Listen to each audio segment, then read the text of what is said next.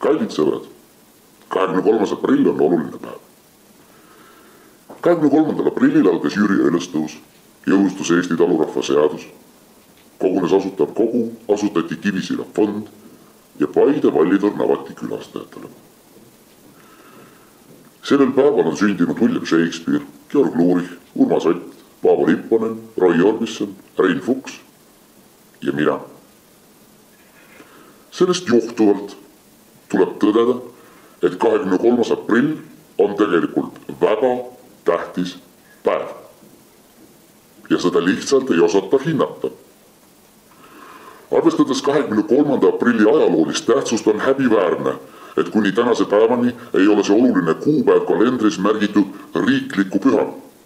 See on must plekk meie aastatuhandete pikkuses loos.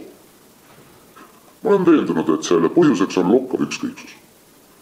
Mõtestatud tegevuse ja edasipürgimise asemel on viimasel ajal meie ümber järjest rohkem vingumist, irisemist, hädaldamist, kurtmist, kaeblemist ning tigeduse levitamist. Hädaldamine on egoistlik ja tülgastav. Ühest päevast kontsentreeritud hädaldamisest ja kurtmisest aastas piisab.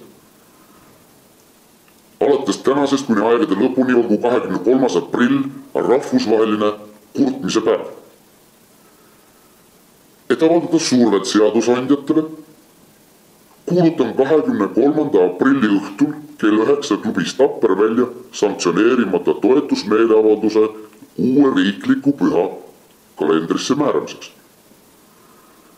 Hädaorg 2013 ehk Egotriplemo 23. Seal esinevad minuga seotud rühmitused Zorg ja BDÖ. Meeleavaldusel osalemine on tasuta. Kui soovi tuua kingitusi, siis võtan vastu ainult väga praktilisi ja väga kalleid kingitusi. Või äärmisel juhul raha. Palju raha. 23. aprill punaseks pühaks. Kurdame koos ja korraga. Tänan tähelepanu eest. Ja ma hoiutan, et kui seda üleskutset tõsiselt ei võeta, siis olen ma sunnitud rakendama karmimaid meetmeid. Palju karmimaid meetmeid.